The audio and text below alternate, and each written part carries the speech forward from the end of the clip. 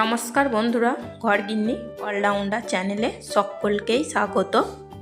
আজকে আমি বেগুন পোস্ত বানাবো।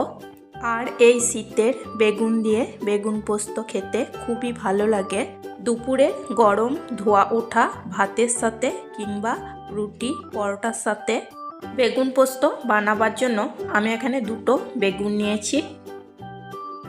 বেগুন দুটোকে আমি ছোট ছোট করে কেটে নিয়েছি এবং কেটে নিয়ে জল দিয়ে ধুয়ে পরিষ্কার করে নিয়েছি। ওভেনে আমি কড়াই বসিয়ে দিয়েছি। কড়াইতে দিয়েছি অল্প পরিমাণ সর্ষের তেল। সর্ষের তেল গরম করে নিয়ে দিয়ে দিচ্ছি একটা শুকনো লঙ্কা। শুকনো লঙ্কা একটু নাড়াচাড়া করে নেব। এখন আমি কেটে ধুয়ে রাখা বেগুনগুলোকে দিয়ে দেব।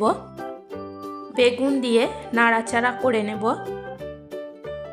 মিডিয়াম ফ্লেমে নাড়াচাড়া করে নিয়ে এখন দিয়ে দিচ্ছি টেস্ট অনুযায়ী লবণ আর দেব দুটো কাঁচা লঙ্কা। কাঁচা লঙ্কা আমি মাঝখানে কেটে নিয়ে দিয়ে দিচ্ছি।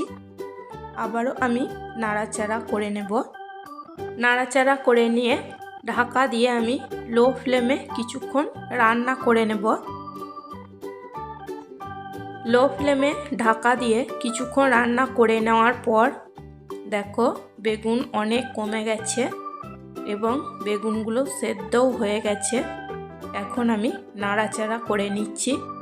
মাঝে একবার আমি ঢাকা সরিয়ে নাড়াচাড়া করে নিয়েছিলাম। এখন আমি দিয়ে দিচ্ছি প্রয়োজন মতো গরম জল। গরম জল দিয়ে নাড়াচাড়া করে নিয়ে আবারও আমি মিডিয়াম টু লো ফ্লেমে অল্প কিছুক্ষণ ঢাকা দিয়ে রান্না করে নেব। 3 থেকে 4 মিনিট মতো আমি ঢাকা দিয়ে মিডিয়াম টু লো ফ্লেমে রান্না করে নিয়েছি। একটু নাড়াচাড়া করে নেব। বেগুন পোস্ত বানানো খুবই সহজ এবং কম সময়ের মধ্যে হয়েও যায় ও খেতেও ভীষণ টেস্টি হয়। এখন আমি দিয়ে দেব 2 চামচ পোস্ত এবং দুটো কাঁচা লঙ্কা বাটা। ঝালটা তোমরা নিজেদের পছন্দ মতো দিয়ে নেবে।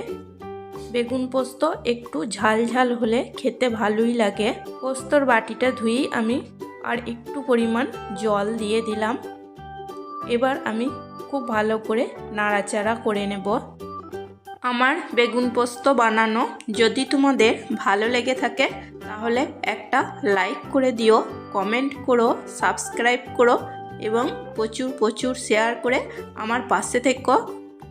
পোস্ত আমি খুব ভালো করে নাড়াচাড়া করে বেগুনের সাথে মিশিয়ে নিয়েছি। ব্যাস তৈরি হয়ে গেছে বেগুন পোস্ত। এখন আমি গ্যাসের ফ্লেমটা অফ করে দিয়েছি। তোমরা অনেকেই বেগুন পোস্ত বানিয়েছো। যারা বানাওনি এখনো পর্যন্ত তারা অবশ্যই একবার এরকমভাবে বানিয়ে নেবে। দেখবে খেতে খুবই ভালো লাগবে গরম ভাতের সাথে কিংবা রুটি পরোটার সাথে। প্লিজ বন্ধুরা পাশে থেকো। আজকের মতো এই পর্যন্তই। আবার আসবো অন্য কোনো নতুন রেসিপি নিয়ে। সবাই সুস্থ থাকবে, ভালো থাকবে। চলো টাটা, বাই।